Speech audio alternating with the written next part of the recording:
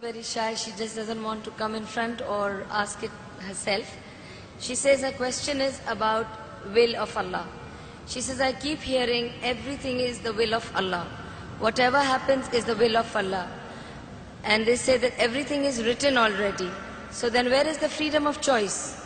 When Allah gave me freedom of choice, whatever I do, if anything happens, they say, oh, this was written and it's the will of Allah. Then she also says, even with Adam and Eve, similar happened, and if you could explain, if there is so much, everything is written down, then what is my freedom of choice? Sisters asked a very good question, very important question. That if everything is the will of Allah, then where is the freedom of choice? And this is a question not only asked by non-Muslims, even asked by Muslims. It's talking about qadar. That if it is mentioned in destiny, that I'm going to rob, and if I rob, who's to blame?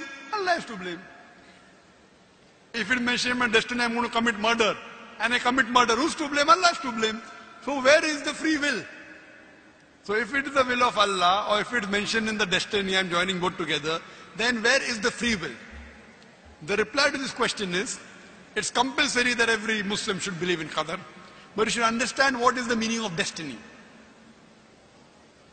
For example, if suppose in a classroom, there are 100 students, and when the teacher teaches the students in the classroom at the end of the year, before the examination, the teacher predicts that this student, he will come out first class first.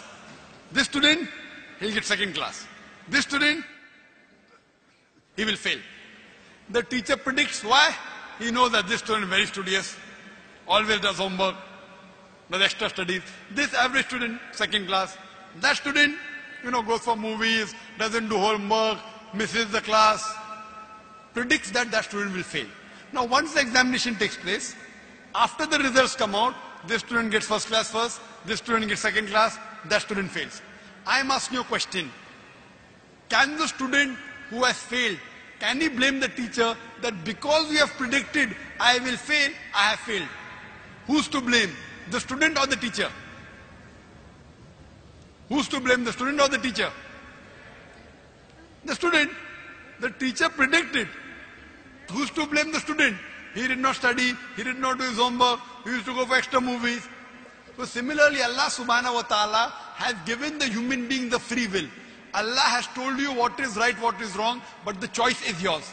For example, if you come at a crossroad, there are 4 roads, A, B, C, D. You can choose any. You choose road C. So Allah knows in advance that when you come at crossroad, you will choose road C. So Allah writes, when the person comes at the crossroad, he will choose road C. So it is not because Allah is writing that you are choosing, because you will be choosing, Allah is writing. It is not because Allah is writing that you are choosing road C. It is because you will be choosing road C. Allah is ilm-e-ghaib. He has knowledge of the future. He writes in advance. After you choose road C, you come at another crossroad, 5 roads, 1, 2, 3, 4, 5. Like after you pass the 12th standard, you can become engineer, you can become doctor, you can become businessman. You choose to become a businessman. Choice is yours. But Allah knows in advance that after you pass standard 12, you will choose to become a businessman. It is not because Allah is writing that you are becoming a businessman. Because you wanted to become a businessman, Allah is writing in advance. And what you understand here, that if Allah wants, He can easily change it. For example, if in a classroom, in the mathematics examination, the teacher gives the paper 2 plus 2 is equal to how much? Now why she is supervising, the student writes 2 plus 2 is equal to 5. The teacher will not correct, the teacher can correct. But if the teacher corrects, you will say the teacher is unjust. If teacher says, don't write 5, write 4. All the other students will, this is examination. Why are you interfering? So if Allah wants, He can change. But because He has given you free will, He is letting you take your decision. So this life is a test for the hereafter. As Allah says in Surah Mulk chapter 16 verse number 2, Alladhi khalaqal mauta wal hayata. It's Allah who has created death and life to test which of you is good indeed. So this life is a test for the hereafter. Allah has given you and shown you the rules, what is good, what is bad. Then He's given you a free will. It is your choice. Allah does not interfere in your free will. He can if He wants.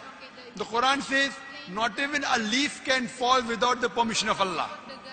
So whatever happens, happens with Allah's free will, but the decision is yours. And based on that, you will be rewarded or punished. Hope that answers the question. We'll have the next question from the brother's mic in the center.